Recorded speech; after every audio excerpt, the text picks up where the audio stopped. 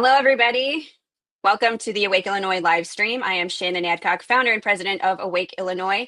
It is Thursday, February 13th, and we're just a few minutes late. I see a couple people commented that you were online, so that's great. Welcome. We are streaming across a few different platforms now. We are on Rumble, we are on X, so thanks to everyone who is there. We are on YouTube, Facebook, and I believe Instagram.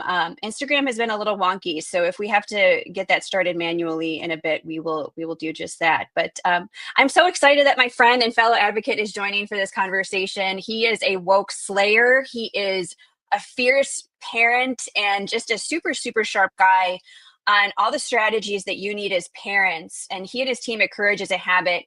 I met Alvin in 2021 and have just been so appreciative of his legit service to this country to get parents to wake up and to protect their children and to really have a coalition. You know, he's one to work with people, and he's just really good at that and building networks and strategies. So I'm glad to welcome Alvin Lui with Courage is a Habit. How are you, Alvin? I'm doing great. How are you? Excellent. So why don't you just take a minute to introduce yourself? I know if anybody who's been following us for several years has watched how we have incorporated your tools, particularly your opt-out forms, to our awakeil.com/forms one-click download bundle. There are 2 forms there for parents to protect their kids from indoctrination, from secret sessions with counselors, right, gender ideology, all of that stuff. But why don't you tell people a little bit about who you are and your organization, and then we're going to delve into how to fight this bill 2827, and we're going to walk through this quote billion-dollar lie that you have assembled, which is a really important piece of the conversation on public education. But let's hear a little bit about who you are, Alvin. Sure thing. Well, I certainly am very appreciative of you and Awake team and how you guys fight in a very tough environment. And you know, I always think that if there's more people like you all, we wouldn't need a Courage is a Habit. Our parents should be taking care of this on their own. So my organization does really 2 things. The first one is we create, as you said earlier, we create tools and strategies for the average parent, for legislators, school board members, anybody who wants to understand why education is the way it is. It's very complicated. It's on purpose, of course. There's a lot of lies. There's a lot of emotional blackmail, which we'll talk a lot about today, and things of that nature. And so we try to have these beautiful tools that are bite-sized for parents. As you know, when you have young kids, sometimes you don't have time to take a shower, much less read long white papers. And so we try to make it bite-sized. We try to make it very easy to consume. And more importantly, at the end of all our tools, we always have a call to action. Just like we have a big call to action today for 2827.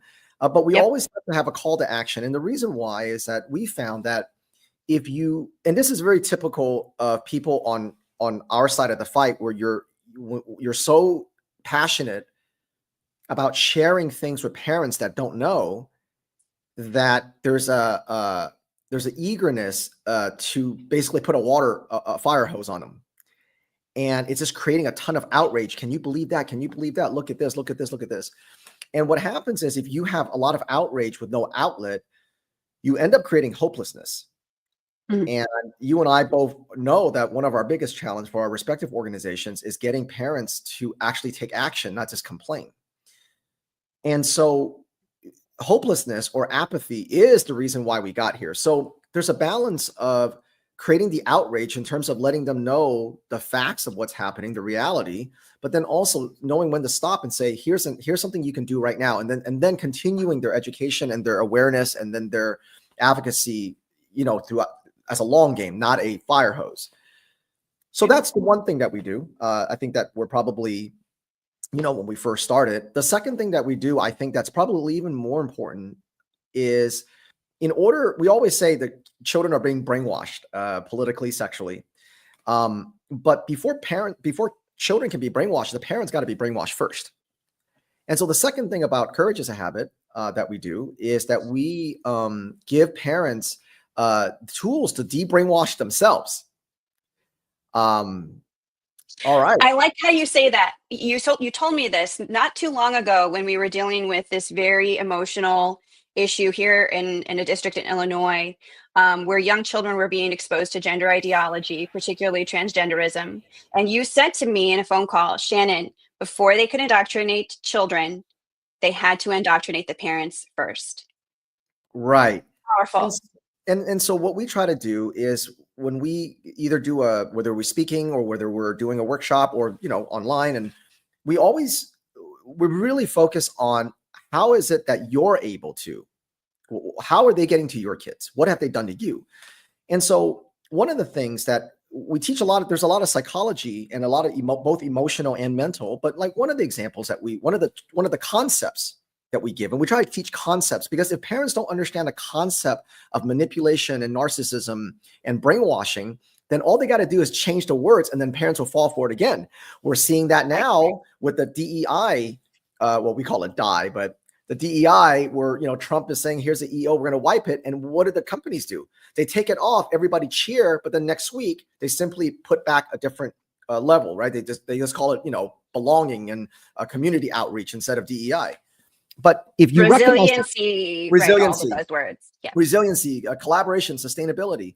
And so if you understand the concept, it doesn't matter how much they change the words, because you'll recognize the concept right away. And then it's proverbial, once you see it, you can't unsee it.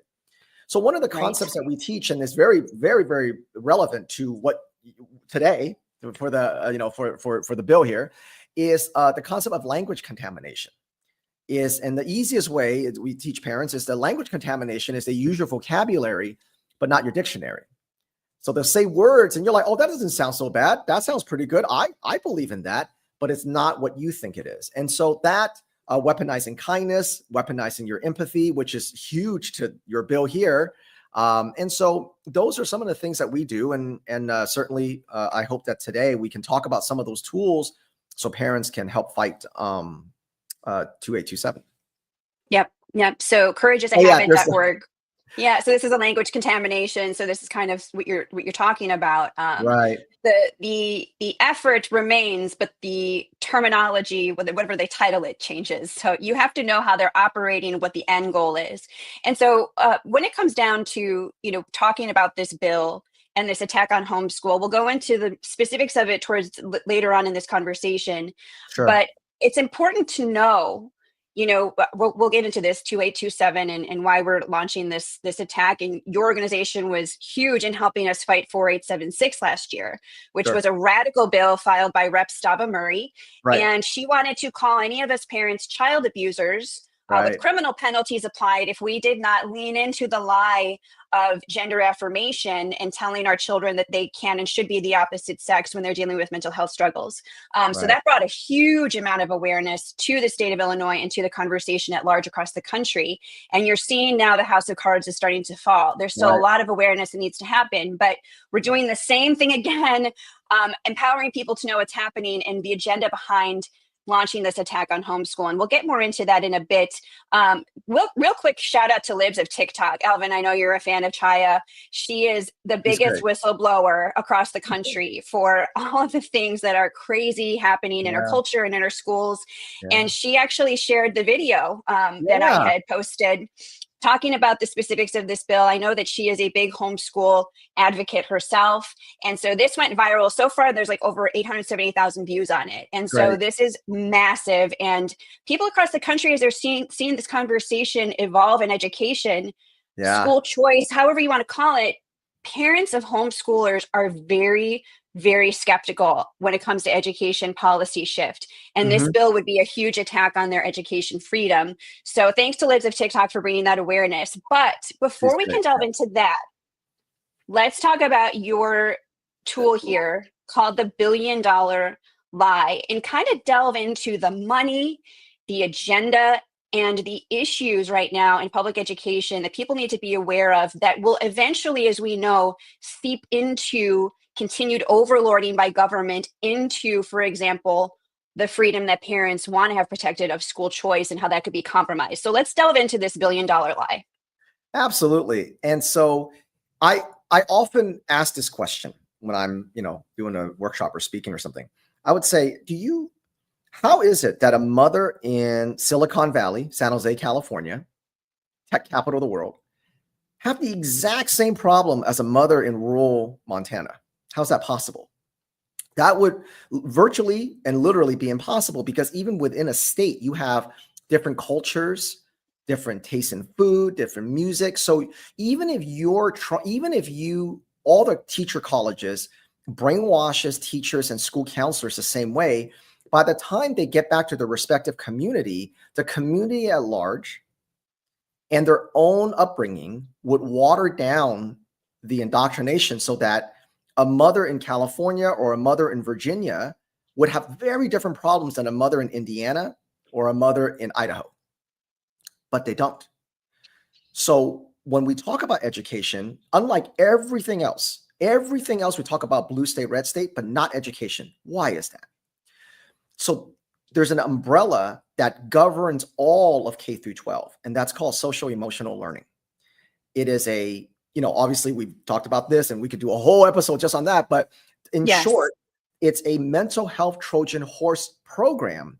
But it's not just a class, although it is a systemic change of the entire government K through 12. It touches quite literally everything. Every curriculum, how teachers talk, the flags, the books, who they invite to speak, policies, you name it. And so when social emotional learning came in about 2011, they had 10 pilot schools that they started with. And they sold it. And stop me if you've heard this before.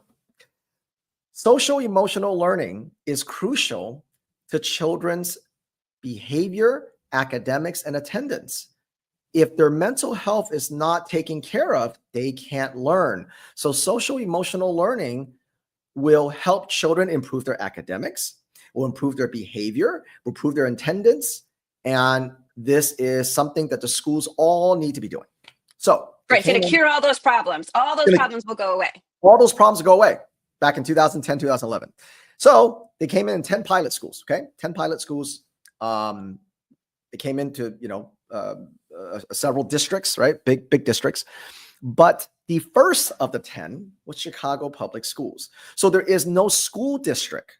There's no district in the country that has social emotional learning longer than Chicago Public Schools. You might have the second, obviously the second pilot school and the third pilot school, but the first one, this was the first of the 10. So when social emotional learning was sold as, it's just managing empathy. It's just teaching kindness, belonging, how to get along, how to collaborate, the golden rule. Language contamination, they use your vocabulary, not your dictionary. Now, I often say that when you teach the golden rule, we all learned it. We learned it from our grandmother, our grandfather, our parents, our pastor, our priest, whoever. Teaching the golden rule is not a billion-dollar industry. It's free. So if the government is spending billions of dollars of your money, they are not teaching the golden rule. They're building an army out of your kids. So we thought, you know what? Let's take a look at the oldest school district and let's check in on how they've been doing since they're the first one. So let's take a look. How's it going? How's it going in Chicago Public Schools? How's it going? How's it going? Let's check in on them, because they should be the pinnacle of everything, because they spent billions of dollars now on social emotional learning, right? So social emotional learning now, it's near a $4 billion industry. It's one of the fastest growing industries, not just in education and, right, in anything. So in 2022, 16% of students were proficient in math. 21% of students were proficient in reading. Now, I want you to keep in mind that these are 2022 proficiency standards. They've already lowered the standards probably at least twice over the last decade, and it's called grading for equity. It's grading for equity. In short, white kids, Asian kids, Indian kids, they're achieving too high. Black and brown kids are not, so we got to lower the standards. It's grading for equity. So if you compare the 2002 proficiency standards, if the 2010 standards are being used, those numbers would be much lower. So I want everyone to understand that, as horrified as you might be or are of the 16% proficiency for math and 21 for reading, it's actually already based on a lowered standards. In other words, they cannot lower the standards fast enough to keep up with the decline. So let's check in on the money. This is per year now. This is not totality. This isn't like, oh, this is their budget for the last 10 years. This is their budget for 1 year. $9.4 billion is the CPS money. Yeah, it's crazy money. It's crazy money. Can't even wrap your mind around it. There's expensive stuff for education. There's expenditures. You have a lot of students. You have aging buildings. Like, you have expenses, and then there's crazy money. Chicago Public Schools is like crazy, blow your mind money. Yeah. Whatever Dolge is finding with all the, studying, the effects of cotton balls and toilet water, whatever they're finding, when they get to here, they are going to jump off a bridge, because it's going to be wild. Nobody wastes money more than education. So then it's so sad. It's sad. It's sad. You know what? To me, because this is beyond numbers for just a second. It's beyond numbers. Because, first of all, I know there are teachers that are very disgusted with the state of education today. The joy from the profession has been thieved. I see here somebody is saying that there might be a 12th grade American government class watching right now with us, according to Jody Haskins. So if there are students watching and tuning in here, that's actually like really amazing. I hope you walk away with some takeaways and some good discussions. But the reality is there are teachers that are really sad that the joy from the profession is gone. They see so much money being infused into this, so much grifting, so much taking away from what they believe is their job to educate children on the fundamentals of academics, reading, writing, math.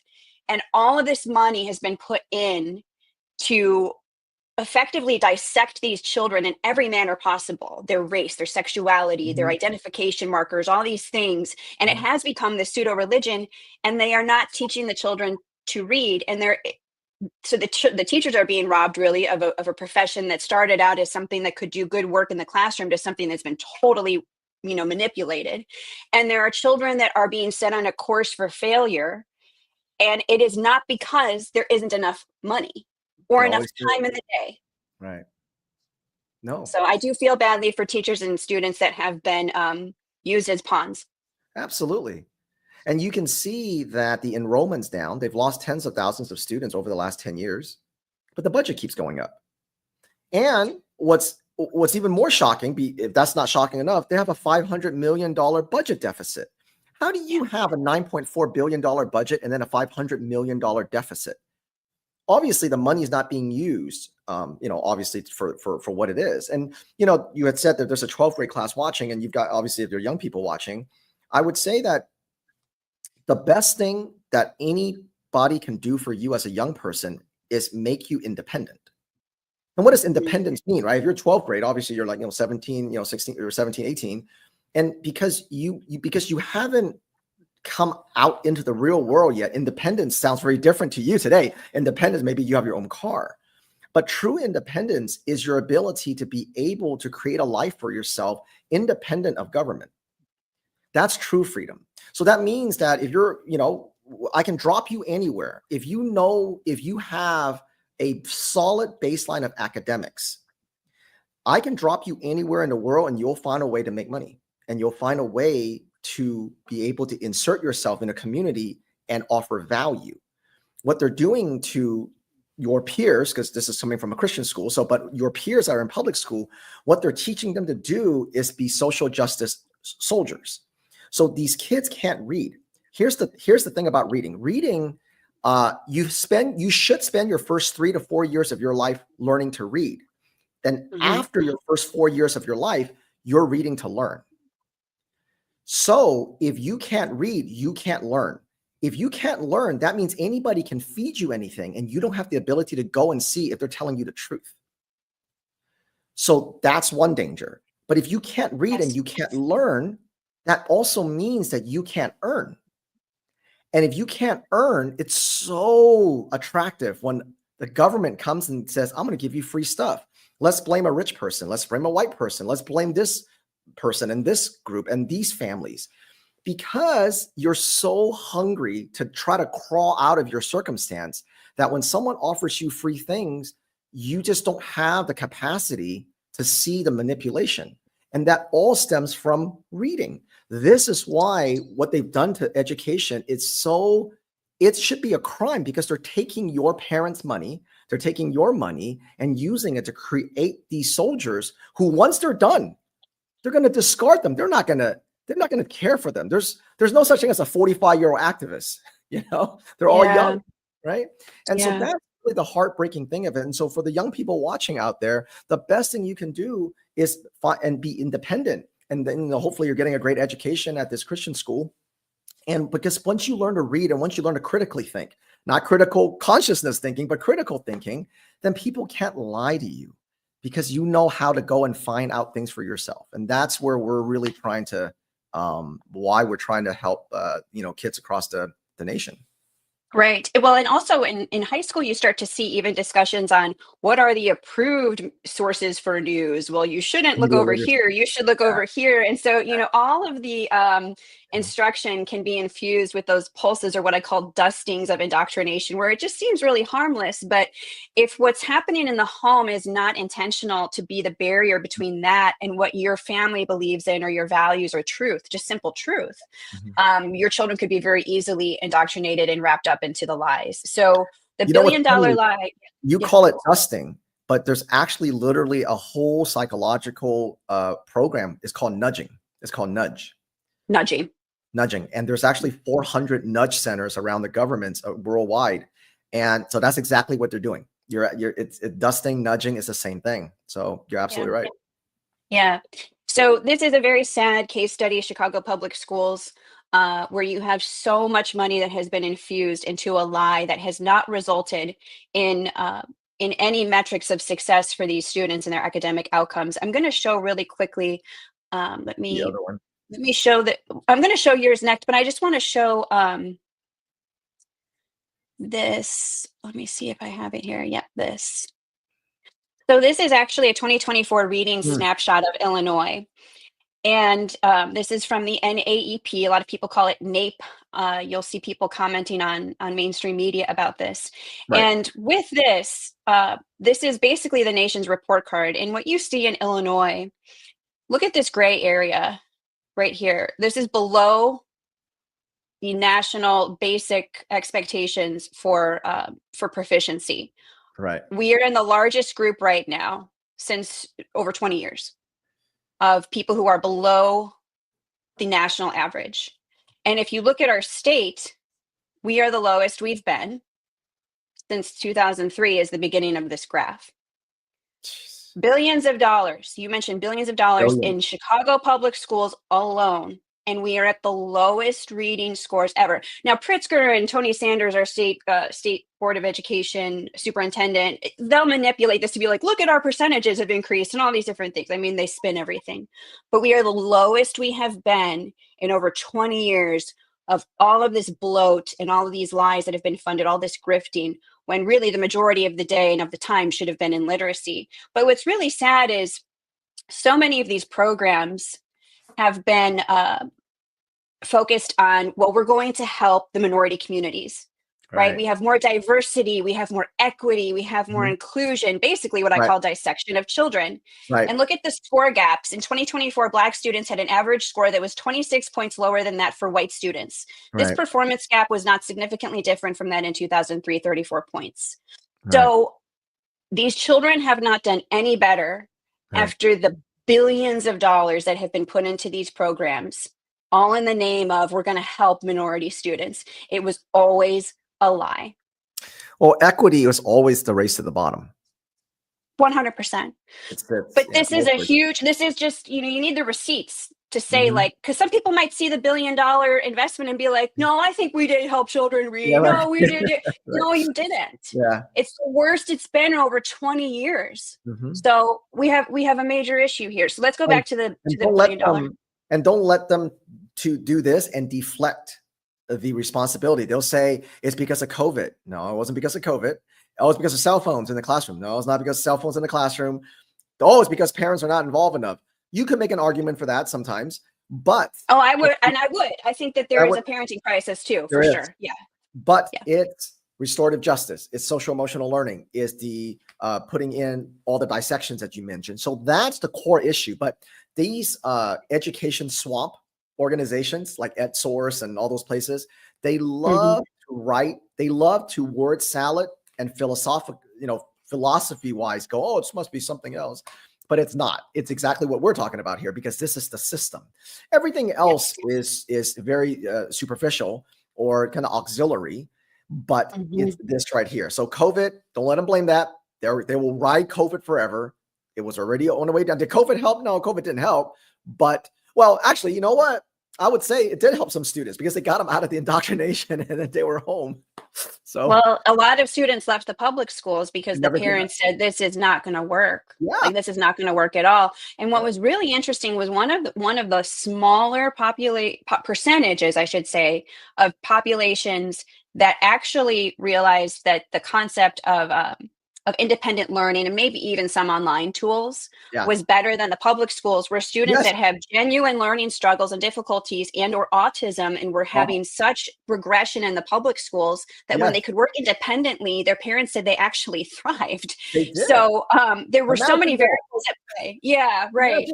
But and the schools get a lot of money. Schools get a lot of money for IEPs and the education plans and students with special needs. So they lost some cash cows when those students ended up doing better in independent learning at home. Funny how that works. How funny that the people who made you know you better than the government officials, a bunch of government paid entities. How funny is that? Right. Yeah. And this is what you talk about often, Alvin, about how parents are having to reprogram their own mindset and thinking, which doesn't happen overnight. And it happens to each in their own time and in their own experiences. But many parents have just pivoted from what they thought to be so good and true for their family to something that they see now needs incredible reform. Incredible reform.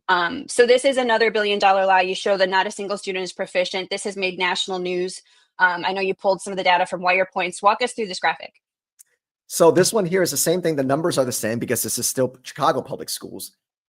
But the other one was the 16% and 21% proficiency. Yes. But within this one here, it's hard to believe. It'll sound like we made this up. But in the same 2022, there has been 33 schools had exactly 0% of students that were proficient in math. 33 schools could not produce one child. You know, even a broken clock's right twice a day. So there's literally even a student accidentally became proficient. 33 schools. Think about how many students that is. Not one, not 5, not 10, 15, 20, 33 schools did not have one child proficient in math, and 22 schools did not have one child proficient in reading. Now, those are the 32 and the 22. Imagine the schools that had 1% proficient, 2% proficient, 5% proficient. So it's not like the school number 34 had 60%. It's not like school number 23 had, 70% proficient. So that we're only featuring the 0. So I want you to imagine all the schools, there could be 50 schools that had 5% proficient. So like I was saying earlier, and then remember, we didn't put this here, but they'll brag and say their graduation rate is up. So they're literally they're graduating illiterate students. Right. And so now these students are going to be for the rest of their life, right? They're 18, right? 19, 18, they graduate. For the rest of their life, they are going to be just this empty vessel for whatever social justice group grabs them. Could be BLM, could be the trans cult, could be the climate crisis, could be government, could be, whatever you need them to march about that particular year, they are ready to go. Because now you're going to tell them, we will take care of you. It's the white people that are keeping you down. It's the rich people keeping you down. We'll take care of you. And what are you going to do with people that literally they can't read? And that's what they're creating. It's a welfare state. They're creating the welfare. They're preserving the welfare state. They're expanding it. It's sad. It's really sad. If you look back on the philosophers that built government K through 12 as we know it, not the old education, pre-government education, pre-Department of Education. It's based on these Marxists. is, is based on John Dewey, is based on, Paul Freire and all those guys. Those guys hated America. They were Marxists, and they wanted to come in and destroy our nation. And they correctly said, we have to get to the kids first. And so if you look back on the foundation, the philosophy of the foundation of our current education, it's based on those guys. In fact, if you look at a lot of the things coming out, they still quote those guys. They still say it's based on, if you look at the, once you get past all the foo-foo-y diversity, inclusion, we want all kids to feel safe. Once you look at the references, it's still going back to those guys, John Dewey and Horace Mann and all those guys that hated this nation. Right. And that ethos found its way into politics and into the policy that reins all of this down. So you have in Chicago public schools, the largest teacher union in the country, has the political power. They basically hand selected our current mayor, Brandon Johnson, who is now basically the teacher union is now the mayor of the city of Chicago. Right. So everybody fails up with that ethos. Isn't that funny? Everybody fails up with that ethos. Yep. Yeah. And so unfortunately, there is a culture within public education, and certainly in Chicago public schools, you see the raised fist in a lot of their flyers. That raised fist, which is like basically like a tell, like, okay, there's super Marxist ethos at play here. The righteous, the righteous warriors, right? And they always try and rally students to do these protests, to get out, vote for Democrats. I mean, to your point, this is a machine. They are using this as an army. Mm-hmm. And I think it's important to show you pulled this person from interacting with you on Twitter. Why don't we walk through this individual that you've highlighted here? So this is John Shilva, or we call him Shilva. He's a teachers union shill. Now, this is something that's a completely different topic, and I'd love to come back and talk about it. But he used to work for 7 years. He was one of the main trainers for an organization that pushes media literacy. The organization was called News Literacy Project, or NLP. We call it NLP, but it's News Literacy Project. And they push media literacy. You had alluded to it for a second earlier in the stream, where you say they're teaching kids what's the acceptable, credible media. What's credible media? And so if you listen to Megyn Kelly, she's dangerous and it's misinformation. If you listen to MSNBC, it's credible. If you listen to Joe Rogan, it's misinformation. If you listen to CBS, it's credible, or Wikipedia or CNN. And so he was a trainer for teachers all across the country. He would do training and teach them how to bring this propaganda machine called media literacy into the classroom. So recently he left News Literacy Project, and he is now a middle school teacher in Chicago public schools. Now you can see one of, this is his words. So we're just featuring his words. He has free speech. He has free speech, and he can go on Twitter and say any number of things. And the first one, he's not for the Second Amendment. Okay. And then the one, though, he replied to you. He replied to Courage Habit on Twitter. Mm-hmm. And I love how you highlighted. We'll just read the whole thing. Go ahead, read the whole thing. Sure. He says, it's true. A lot of schools are struggling. I've taught kids, and here's the emotional blackmail. I've taught kids who lived in crushing poverty, immigrants who barely speak English, all manner of development delays, and so on. And that's the weaponizing kindness, right? That's what you read earlier, where you said, they're supposed to help all these kids, but these are the kids that they help the least. We're underfunded, under-resourced, and constantly vilified by trolls such as yourself. And so when he said that, he did not know. So this is funny. This is one of those things where, God gave me a gift here, right? We literally just finished $1 Billion Lies, not even 3 days before we ran into him. Mm-hmm. We had featured him already in a tool called the News Literacy Project, where we already featured him about 1.5 years ago. And so, but I kind of forgot about him, and my co-founder, Jennifer McWilliams, tripped upon him, and she goes, hey, I recognize this guy. So he started mouthing off, and he said that, and then we popped him $1 Billion Lie. And we said, right, well, you're underfunded, under-resourced. Tell us. Well, that's the key. That's the key thing. That's a lie. And, look, I have no doubt in my mind that in every community of this country, there are children who are living in poverty. Yes. There are immigrants who cannot speak English yet. Right. There are students with developmental delays. Nobody is disregarding that as a reality. Right. But I have said this to many superintendents and policymakers. To presume that government can cure all of the ills of society is the billion-dollar lie. That's great. Well, they make it worse. If you're a child with They're not disability or making you're it an immigrant, better. yeah, We can at least all agree they're not making it better. It's not going better. yeah, And when the fundamental role of education was to teach children to read and they're not doing that, we have to recognize that they have assumed that the role of education is now social justice warriorship and to be devoted to this woke religion, right? And so the underfunded, under-resourced is really just to keep the grift going, yeah, and it's exploiting poor communities, it's right. exploiting immigrant communities, and it's exploiting students with special needs to say, hey, we need more money and we're going to save you. No, you can't. And it is a lie. So forget you, Mr. Silva, pass. Yeah. You're part of the billion-dollar lie. And this is Oh, another graphic this is with some the 10 earlier. years of social emotional learning. This So is earlier. once again, all the money for SEL and equity, millions of dollars, and the Yep. proficiencies are low. This is not a funding issue. This is an indoctrination issue rooted in that lie. And we cannot cure of all of society's ills. We can't do it. We The cannot do it with the 83%. government money. Did you see the 83.8% graduation rate?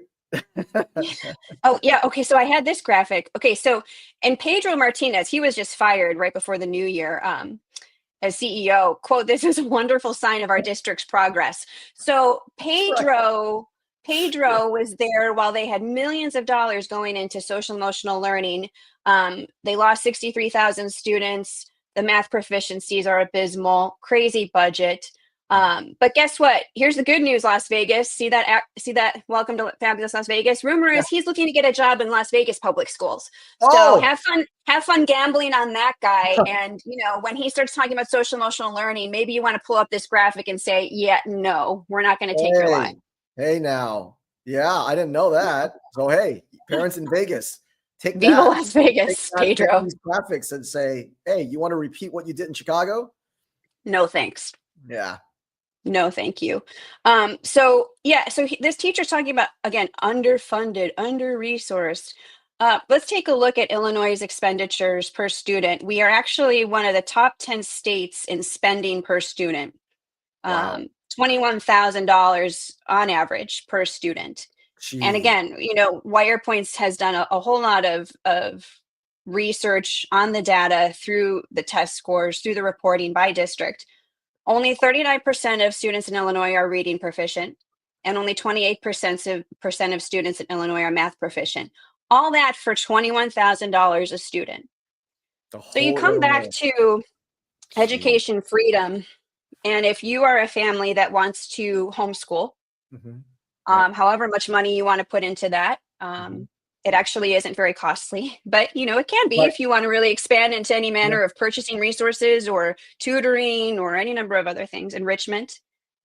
But this teacher is saying they are underfunded and under-resourced. We have some of the highest spending in the country, and the majority of our state students are not doing math or reading at grade level. So he's lying. And anybody who's telling you, whether it's a teacher union or a politician or a Mhm. legislator or a Mhm. governor, Yep. and I don't care if they're Republican or Democrat, Right. by the Right. way, Right. so it's a lie. The money has not translated into success for these children, and it has to stop. So I'm glad that you catch on to these people. I love that they encounter you and they make the big mistake of doing it because their face is going to be plastered on one of your tools and strategies as a case study, and the lies and the grift. They love to talk. So we just do them a favor. We do them a favor and give them a bigger audience. They cannot help themselves. Okay, so let me just go back to, do you want to delve into 2827, or is there any other commentary you want to build on before we delve into this? No, I think it's wonderful that you showed this first because, and obviously you're going to explain 2827 better than I can, but before you go into that, let me set you up here. Yeah. Yeah. When she goes into it, obviously she knows it better than anybody else, but I want you to remember as she's talking about what 2827 is, I want everyone to remember that the same system we just showed you within the last 40 minutes is the exact same system that's behind 2827. So when she explains to you what it is, I want you to remember that the same exact groups and people that have resulted in the information we just showed you the last 40 minutes, it's the same people that's going to want to do this. Same people. They're all cut from the same cloth. Yep. So Prissy made this comment before I get into it. Short of money, but not short enough to put tampons in the boys' bathrooms. Right. Boom. Isn't that the truth? We have lost our dang minds. Yeah. So you're right, Prissy. What a joke. So this Stop the War on Homeschool, when House Bill 2827 was filed last week, we knew ahead of time that homeschool families around the state were mobilized. Homeschool lobby groups are paying attention to this. And it has come around like every so many years, I don't know, 7 to 10 years, where they try and wage war on homeschool. Mhm. So far, it has successfully been stopped, but we're very worried, obviously, because we have a super woke majority in Illinois. Right. They're seeing that with this past election of President Trump, that there's going to be some type of education reform. We're already seeing that they want to cut DEI and all that out of the government agencies at the federal level, including, by the way, the Department of Defense school system, because that's part of the federal oversight. So all of this programming is being removed in real time. And the threat of federal funds will be looming over inevitably public schools. And so eventually the tide will turn, but the concern is that people will try and get their dirty hands on as many sectors of education as possible to try and keep the grift going. And one angle to that would be to basically capture homeschool families and to restrict the education freedom that has been here since 1950. So we have already seen so many emails come in, calls are being made to everyone's state reps, to their state senators, and to the sponsors of this bill. But what I would like to do is highlight sort of what we have seen happen in homeschool that lends to its success record. And when you look at academic performance of homeschooled students, take a look at what the National Home Education Research Institute has published. They typically score 15 to 25 percentile points above public school students on standardized achievement tests, going back to, they show 2010 through 2024. And the public school average is roughly the 50th percentile. Scores range from 1 to 99. But look at this. We had talked about the minority population. A 2015 study found Black homeschool students to be scoring 23 to 42 percentile points above Black public school students. Wow. So 78% of peer-reviewed studies on academic achievement show homeschool students perform statistically significantly better than those in institutional schools. Homeschool students score above average on achievement tests, regardless of their parents' level of formal education or their family's household income. So they can buck a trend. They can buck a trend. And I know that with this bill, some people are saying, well, you know, it's stipulating that the parent has to have a high school equivalent degree and all these different things. So they're basically presuming that somehow credentialism from government schools is going to like make or break the student. No, apparently it's not. Whether homeschool parents were ever certified teachers is not notably related to their children's academic achievement. Degree of state control and regulation of homeschooling is not related to academic achievement. Home-educated students typically score above average on the SAT and ACT tests that colleges consider for admissions, and homeschool students are increasingly being actively recruited by colleges. Again, look at the statistics. Only 39% of Illinois students are reading proficient. Only 28% of students are proficient in math. Yet, Alvin, our government is presuming that they should be overlording all of the success, proven success of homeschool students by requiring homeschool families to document with their local school district that they are homeschooling. And somebody said on Twitter, show me your papers. Doesn't that sound familiar? Sure does. Sure does. Yeah.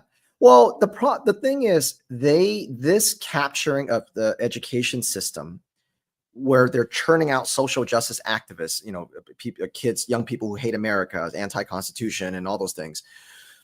You cannot have a bunch of children raised correctly and intelligent, and have critical thinking, because as you show, it just takes one person in a community to cause a lot of pain for their agenda. Just you alone, how much pain have you caused their agenda in your community alone? And so what they can't have a bunch of young people grow up to be like you. And they know that if you have, like I said earlier, if you know how to read, you can learn. And if you can learn, people can't lie to you. And so you don't want these people going and saying, wait a minute, the COVID vax, wait a minute, I've read You want them to go, give me the vax, give me the booster, give me the booster, give me the vax. And so this attack on homeschool, obviously, again, here's the language contamination. We just want to make sure you guys are doing better, or that parents know how to teach their kids, because, they're doing such a great job. But it's really about getting the government's foot into the homeschools. And then once you do that, then the bill gets amended. So this is how they always lie to parents. That's all this bill is. Yes. That's all it is. Yes. Yeah, that's all it is in 2025. It's the gateway drug. It's the gateway drug to total addiction to government welfare and overlording. It is the gateway drug. And that's why we don't want to see this pass. I don't care how they try and dismiss it as, oh, well, it's just paperwork. It's just paperwork. That's it. It's no big deal. Yeah. And that's how they get in. So then let me just put us into a DeLorean and go into the future. Here's what 2006, 2026, 2027, 2028 is going to look like. It will be, okay, we're in your school, we've got paperwork now. We know where all the homeschoolers are now. It will be like, just fill out this little survey. Just fill out the survey. And that's where it starts, because now they have data. Fill out the survey. As part of that, it's required now. We're going to amend 2827. It's going to be, 3537, and you have to do data. Okay. And then once you get the data, then it becomes, then it becomes data shows, evidence-based. Yeah, all the nonsense, all the lies, the billion-dollar lie. The billion-dollar lie continues. We find that if students are not vaccinated, homeschool student, 70% of homeschool students are not vaccinated. Okay, so now we got to mandate that. And then you're not teaching your children to be inclusive. We looked at your homeschool curriculum, and it doesn't seem like on your survey you have any transgender materials. So now you're going to have to use this book. That's what this is about. And it won't take them 10 years to get there. This isn't a 10-year march. It'll be like a 3-year march. It'll be fast. Time's ticking. Time's ticking, right? Look, November 5th, show them that. So they need to rush and get into the homeschools before this 10-year-old becomes a 17-year-old. And now it's harder to indoctrinate. The older, every year you can keep your kids from the indoctrination is one more year is harder. As I always say, you can't indoctrinate a 40-year-old man to be a social justice activist, right? It's like there's a 50-year-old goth man, because that's all young people's stuff, And so they don't want people to grow up to be able to push back. And even though there's very kind of a small portion of us in terms of the percentage of the country, you don't want that. You don't want people homeschooling. They want to capture the ideology of the home. And there's also money that follows any student that could even just be registered. Right. So I think they could say, well, we have all these homeschool families, and so they're going to probably need some more healthcare built into our school district. Maybe it is an injection clinic, whatever it is. So I think that they do eventually want to attach money to any child that they can register. And it's just all a grift, but capturing the ideology of the home is a goal. So this was Illinois Homeschooling Facebook page showed this. And what all of these this is a partisan bill, by the way. At first I got to the barricade in 2020 and thought hey, Mom, I can all work together. We can all work together because we're all parents here, right? And I was like, oh, giggity shucks. Yeah, no, forget it. These are not people that want to work with you. These are people that want power and money. And we're going to get into the money behind the campaigns of these Democrats that are sponsoring this bill. No, this is a partisan bill. A partisan bill. I thought you said it was a bipartisan. Democrats. It is just Democrats. Yes. And so a lot of times people are like, well, I don't really want to get into the whole politics of this. I'm telling you, this is a Democrat-driven agenda in the state of Illinois. Can you find bipartisanship elsewhere on education? God bless you if you can. But in the state of Illinois, everybody's funded by the teacher unions, and we'll get into that in a minute. But what these Democrat responses are to people inquiring about their support or opposition to this bill, the Democrats are saying, it's really just paperwork. Like, it's really just, can't you just hear their voice? It's really just like paper. Like, that's all it is. Not like, touching your pearls. Yeah. Mind your own business. You're not a homeschooler. Mind your own business. No, they're not. And well, one of them likes to wear a shirt that's all about like keep abortions safe and legal. So if you haven't aborted your child, well, the minute you're homeschooling the child, they want to get their dirty hands on them somehow. So they're saying it's just paperwork, but it is a 45-page printed bill of amendments and all of these different insertions. So when they tell you it's just paperwork, that's a total lie. anytime they say just, we actually at Courage is a Habit, if you go under courageasahabit.org under tools, we have something called the woke gaslighting formula. And Perfect. literally the whole word is just. Anytime you hear the word just, you know you're being gaslighted. It's just pronouns. It's just a nickname. What's the big deal? And then binding, it's just spandex. It's just cloth. What's the big deal? Yeah, That's how they're trying to gaslight us. So let me go back here to this.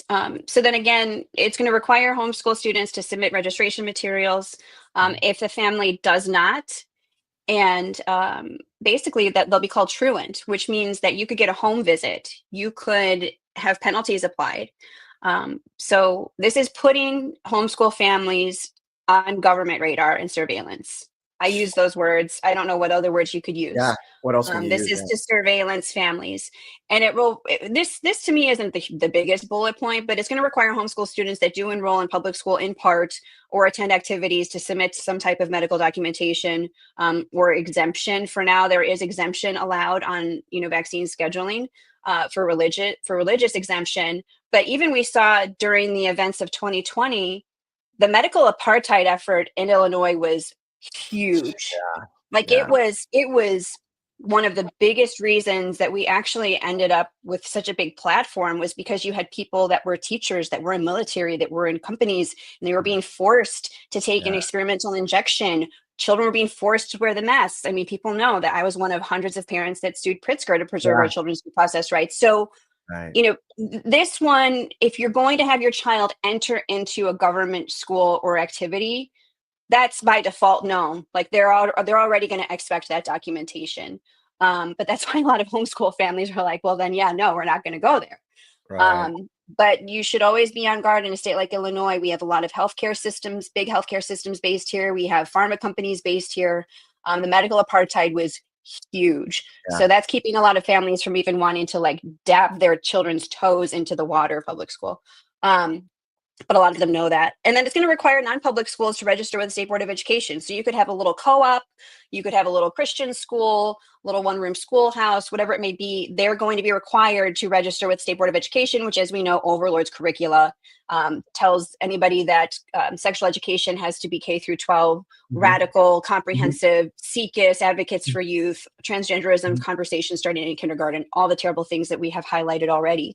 So this is why House Bill 2827 needs to be fought. It is an incredible violation of parental rights and authority protected by the U.S. Constitution. I think there will be unconstitutionality applications if somebody wanted to fight this, if it gets to that point. But who sponsored this bill? These were the three initial sponsors. I'm shocked. These insufferable white women. Oh, I'm so adorable. shocked. Oh my gosh, I can't be them again. And I think anybody, I would encourage anybody, listening here, whether you're watching it live or on a recording back, that you go to their site and help them fight this. Okay. It's awakeil.com/fight. And you have to put your comments in. You got to let them know the whole country's watching. You got to, burn their phone lines, whatever you have to do, because this is exactly how it always works from out of California and out of Illinois. You will have other states do copycat bills. Yeah. Once it passes, you will immediately see states do copycat bills. They're ready to go. And it's just, they're just going to copy it. It'll be a different number. Yeah. And it'll be the same thing. And they'll use the same kind of emotional blackmail. Oh, we had one case. where a child was abused because they were homeschooling, parents were homeschooling them. And then we didn't know because they weren't in schools to monitor it. They're going to use these small cases to drive this. And if you're, if you're in the homeschool community, this is your time. Yeah, right. Surprise, surprise. If this is your time to raise holy hell and to put a ton of aggressive and proactive pressure on your legislators, on the people that are pushing this, the teachers unions, because you guys, if you're homeschooling your child and you think you can run from this, you cannot. This is your time. This is not your time to find common ground. This is not your time to go, well, I don't want to get political. And one of the things we say at Courage is a Habit, and I think we end every single live stream and speech, I always say this every time.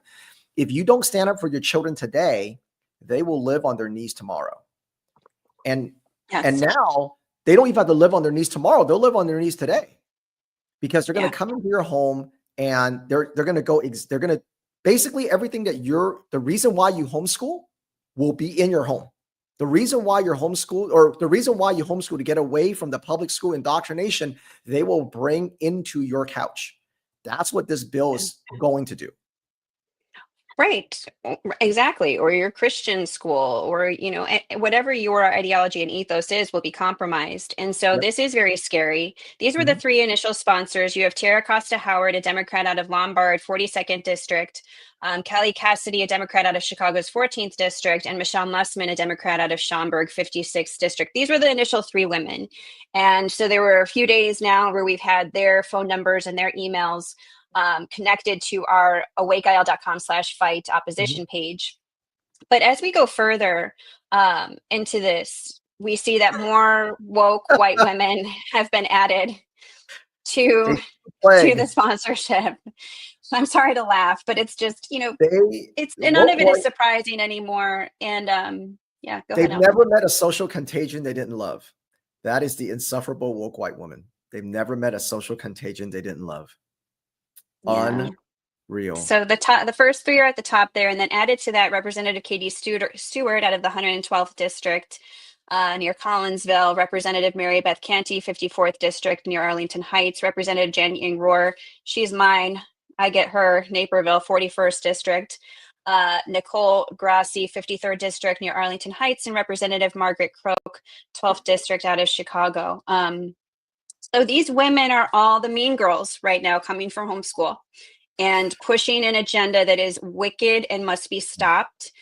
I'm very protective of homeschool families. All of us should have the right to be in our home without the intrusion of government and without the overlording where our children would ever be considered truants simply because we do not file paperwork with the government that is failing children right now as it stands in education across the country.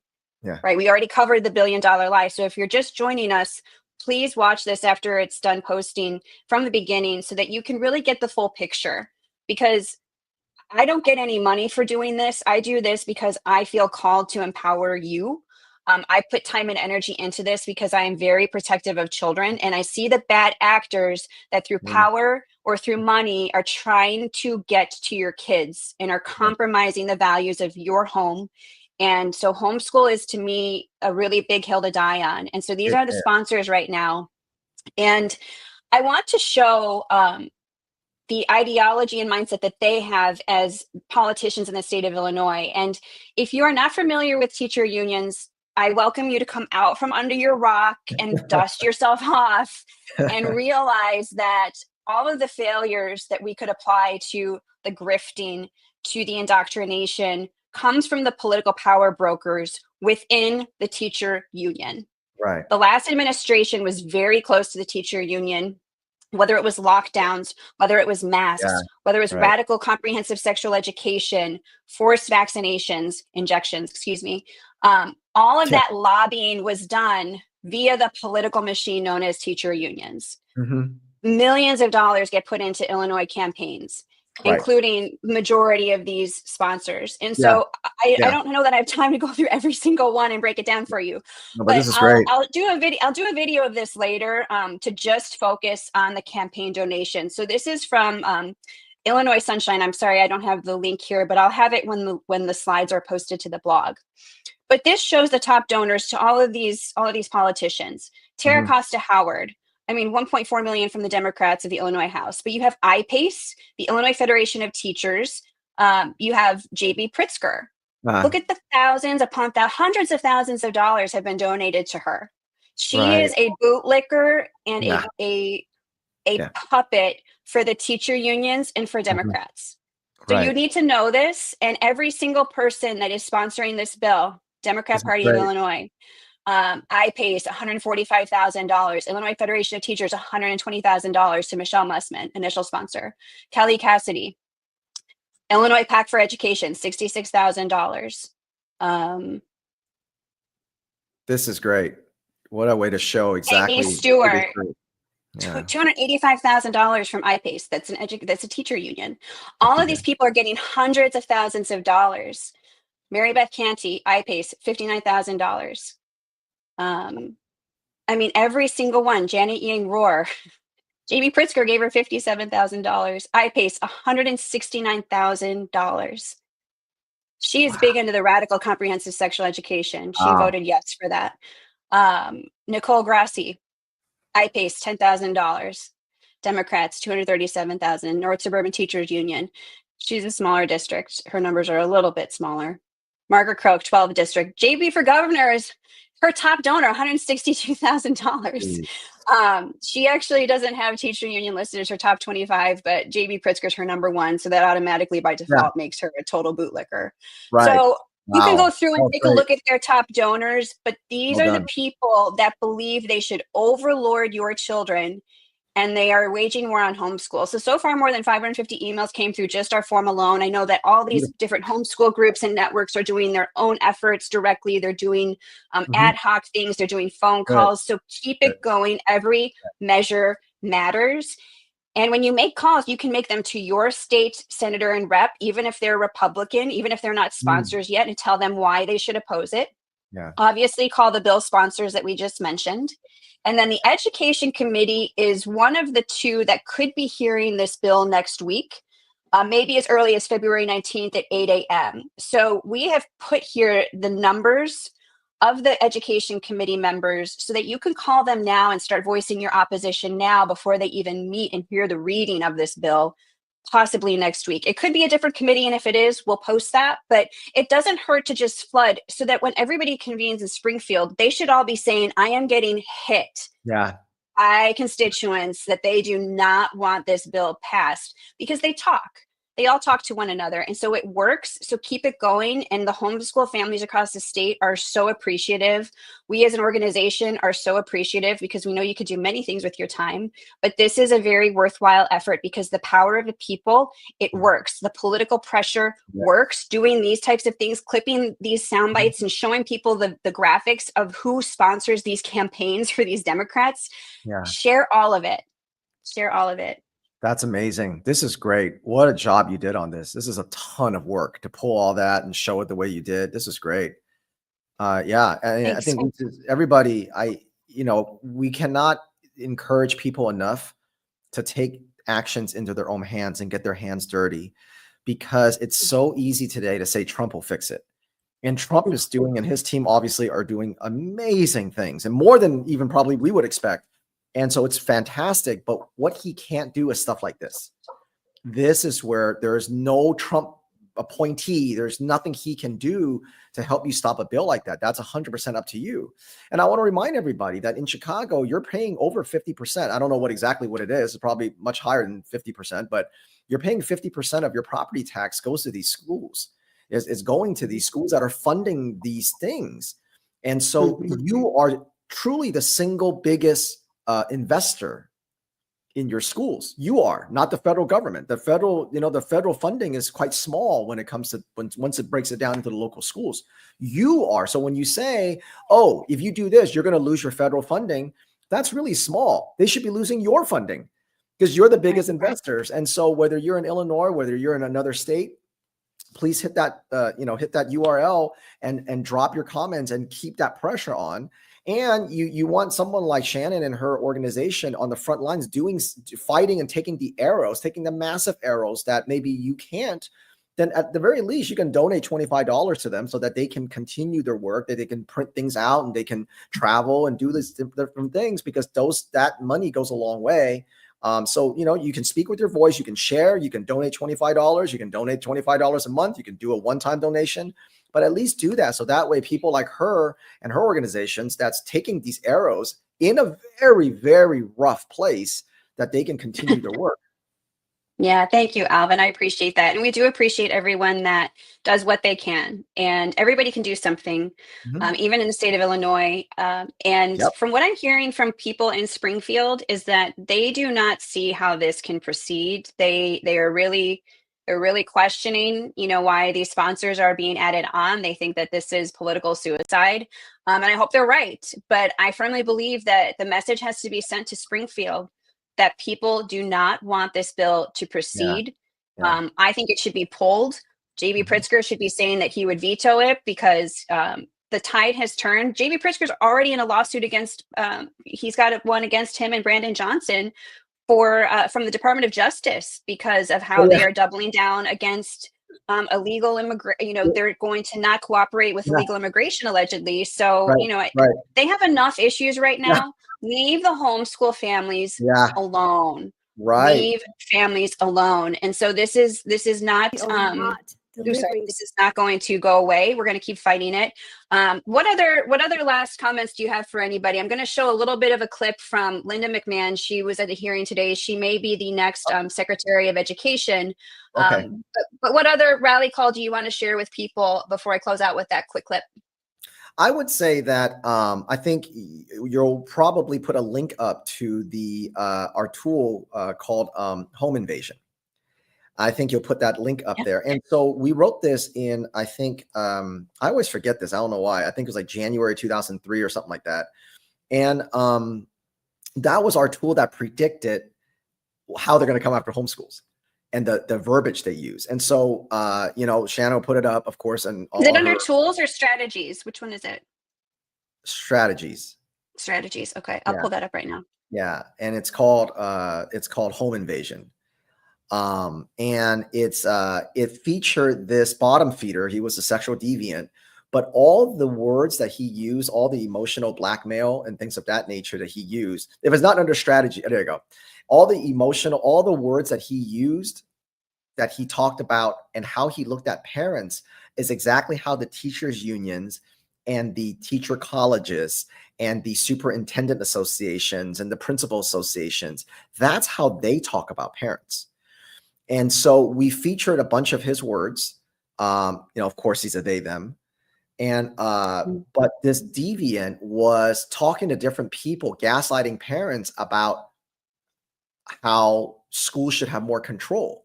And so what we did was we put together a bunch of his tweets. And I want you guys to read this because, and don't blow it off as some bottom feeding deviant that he is. This is the exact same rhetoric that you will hear at your state house, through your school board, through your legislators. And so we wrote this again, I think it was in January 2023, and now you're seeing this. And so what we wanted to let you know that when you're hearing these emotional blackmail and things like that, it is coming from a sexual deviant that's already been seeding that, on the ground level.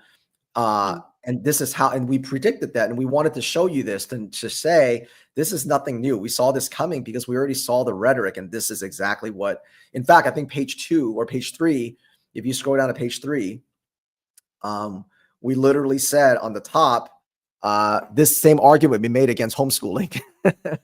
There it is. Yeah. And so that was back in, I think, January 2023. So here we are, 2 years later. And this is going to try to move the Overton window. So it's really important that we can't just stop the bill. We have to move the Overton window way back. There's a lot of work to be done. And so in Illinois, it is where we have to be an incredible barrier, and we have to be on offense against this type of stuff. There is no negotiating with people that are going to terrorize your parental rights. There is no negotiating with people who are going to terrorize education freedom and now homeschool. Zero negotiating to be had. I know that homeschool lobbies often go to their capitals and they bring pies and it's really cute. It ain't the 50s anymore. And I'm sorry, I'm not going to give a pie to somebody that is presuming to think that with our abysmal literacy, that they're going to do better than a mom and a dad would do in the home, raising their children with their fundamental God-given rights to raise their kids. No, thank you. You want a pie, you can get it yourself. That's awesome. See, this is the attitude that we need from everybody. This is not the 1950s. You know what? It's not even 1985. You might even be able to get away with it in 1985, right? But it's not. It's not. These people hate you and hate your kids. Well, they love your kids because they want your kids. They want them to mold them, but they hate you. They hate America. So I know. And we're not going to negotiate with these people. We don't have to. And you can elevate your voice and it will be heard. People are hearing it now. So I'm going to really quickly play this. It's like 5 seconds. This No, was at the please. hearing today. Behind Linda McMahon, you can see Nicole Neely. She is founder and president Yeah. of Parents Defend Education, a Ah, national organization. They do great work with lawsuits, filing civil rights complaints. They genuinely are defenders of education. They want to see children literate. So I was glad to see Nicole Neely is just over Linda McMahon's shoulder. But she all right. gave this quote today, and so I'll play it real quickly. We are not delivering the kind of education that we need to deliver to our children. I believe, as does the president, the best education is closest to the child. Closest to the child. What better argument is there for supporting homeschool than what Linda McMahon said? Closest to the child. That is the mom, that is the dad, that is the guardian, that is the home. Mhm. So that is why we're opposing 2827. So I'm grateful for the tools and strategies that you and your team provide, Alvin. You are a fierce advocate, and you're a really good friend, and I'm really grateful to you. So thanks for all that you do. You center me when I'm starting to get a little frazzled, and so I'm grateful for your calm leadership for all of us advocates here in Illinois. And I'm just very grateful. So again, people can find Courage as a Habit at their website here, courageasahabit.org. Please use their tools and strategies. They're phenomenal. Yeah, they're phenomenal. So keep up the great work. Consider a donation to them as well. And at awakeisle.com/fight is where you can oppose 2827. We'll be providing updates on our social media. And we welcome anybody who is a homeschool advocate or even a homeschooler themselves, if they'd like to come on a live stream and share their perspective. We want to elevate as many voices as possible. Love to see and that. perspectives. Yeah, perspectives.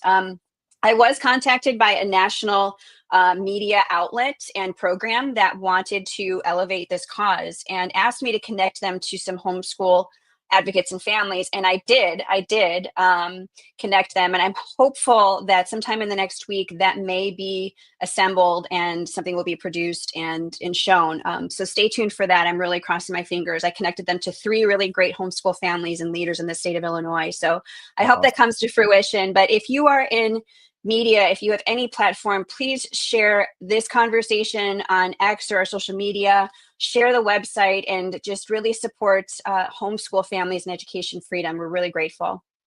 That's awesome. Thanks for what you're doing. This is a big fight, so I'm glad to see you leading that. Yes, thank you. Well, onward for the kids and onward for our country. Thank you again, Alvin Lui with Courage is a Habit. You can follow them at Courage Habit on X, Twitter. And I am Shannon Adcock at Awake Illinois. Thank you so much, everybody, and onward. Take care. I really hope you enjoyed it. We had a ball making it. Thank you very much.